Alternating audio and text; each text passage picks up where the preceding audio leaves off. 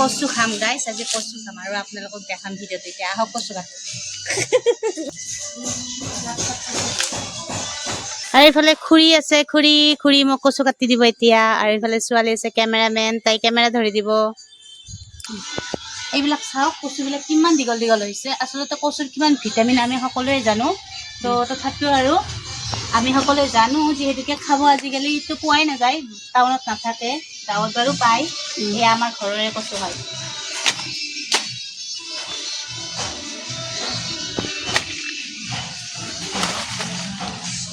কচু খাবাৰ কচু গাছ কাটি বঢ়িয়া লাগে না?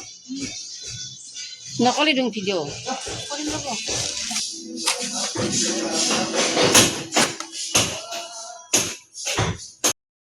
আৰু এতিয়া কচু টচু লৈ আহিলোঁ, আহি এতিয়া মানে খুৰীয়ে কাটি আছে কচু। আৰু এয়া আহিছে আমাৰ খুৰী, এয়া আহিছে ছোৱালী মোৰ। আৰু লগতে জুবিনদাৰ গান শুনি শুনি আমি কাটি আছোঁ, মানে ভাত বনাই আছোঁ। কিমান মজা, জুবিনদাৰ গান শুনি মানে সকলো কাম কৰা যায়। আৰু গৰমৰ কথা নোৱাৰোঁ কি ক'ম। আৰু ইয়াক চাওক গৰম চাওক, মানে ইমানেই বেছি গৰম, মানে এই চোতালত যদি কাকবাৰ থিয় কৰি থৈ নাই 1 ঘণ্টাৰ কাৰণে, সি মানে চেচ পুৰি যাব আৰু এতিয়া কচু টচু কটা হৈ গ'ল আমাৰ। ইয়াতে মই নিমখ দি দিছোঁ, কাৰণ যিহেতুকে গোটেইখিনি কচু একেলগে, সেইখিনি কচুৱে এইখিনি কচুৱে যদি একেলগে দিওঁ তেতিয়াহ'লে কেৰাহীটোত নধৰিব। সেইটোৰ কাৰণে মানে প্ৰচেছটো ভাগ ভাগ কৰিম, আপোনালোকে চাই থাকক কেনেকুৱাকৈ কৰোঁ। নিমখ দিছোঁ আৰু পানী দিছোঁ। পানী দি এতিয়া ইয়াক ঢাকনি লগাই দিম যেতিয়ালৈকে মজি নাযায়। আৰু এতিয়া ঢাকনিখন উঠাই চাওঁ, ধুনীয়া কৰি মজি গৈছে। আৰু বাকী থাকি যোৱা কচুখিনি এতিয়া ইয়াতে মই এড কৰি দিম। আৰু ইয়াত দেখিছেনে কেৰাহী পুৰা ফুল হৈ গৈছে। আৰু তাৰে ওপৰত দি দিম মই গোটেইখিনি কেঁচা জলকীয়া। তাৰপিছতে দি দিম মই বুট।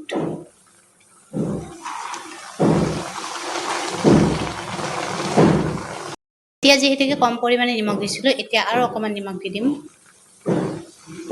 আৰু যিহেতুকে কেৰাহীটো ফুল হৈ গৈছে, সেইটো কাৰণে যদি মই এতিয়া এই লাৰি দিওঁ কচুখিনি, তেতিয়াহ'লে মানে পৰি যাব। তো সেইটো কাৰণে অকণমান ঢাকনি লগাই দিওঁ, অকণমান টাইম মজাৰ পিছতহে আমি লাৰি দিম। আৰু এতিয়া চাব পাৰে ধুনীয়া কৰি মজি গৈছে কচুখিনি। আৰু এতিয়া লাৰি দিব পাৰি।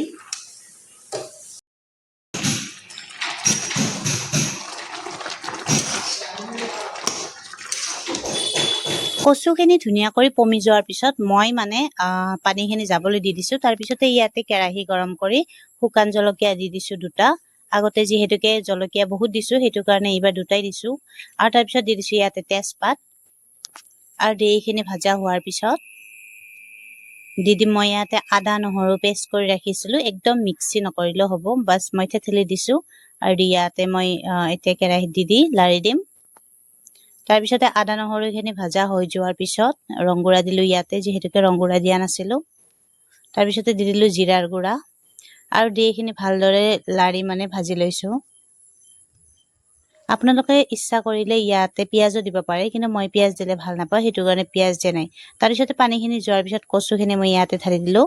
আৰু এতিয়া কিন্তু কচুখিনি ঢালি দি ভালদৰে লাৰি আছোঁ, কিন্তু লাৰি থাকিলেও ইমান সহজতে মানে পট কৰি মানে লাৰি আৰু নুমাই নিদিব, কাৰণ যিহেতুকে কচুত বহুত বেছি পানী থাকে, তো পানীখিনি শুকাবলৈ কিন্তু টাইম লাগিব অকণমান।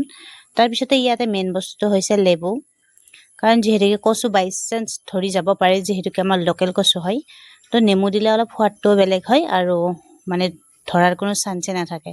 তাৰপিছতে ইয়াতে মই দি দিলোঁ নেমু। আৰু দি এইখিনি ভালদৰে লাৰি থাকিব লাগিব 5 মিনিটমান। আৰু 5 মিনিট লাৰা হোৱাৰ পিছত যেতিয়া পানীখিনি মজি যাব, তেতিয়া আপোনালোকে নমাই দিব।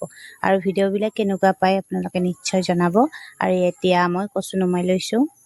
যদি ভিডিঅ'বিলাক ভাল পায় তেতিয়াহ'লে লাইক কমেণ্টৰ লগত শ্বেয়াৰ কৰি দিবলৈ নাপাহৰিব, আৰু লগতে ছাবস্ক্ৰাইব কৰি যাব। ধন্যবাদ মোৰ ভিডিঅ'টো শেষলৈ চোৱাৰ বাবে। আৰু এতিয়া খুৰী আহিছে, খুৰীক দি দিম কচু। খুৰী খাই টেষ্ট কৰি আপোনালোকক কৈ আছে।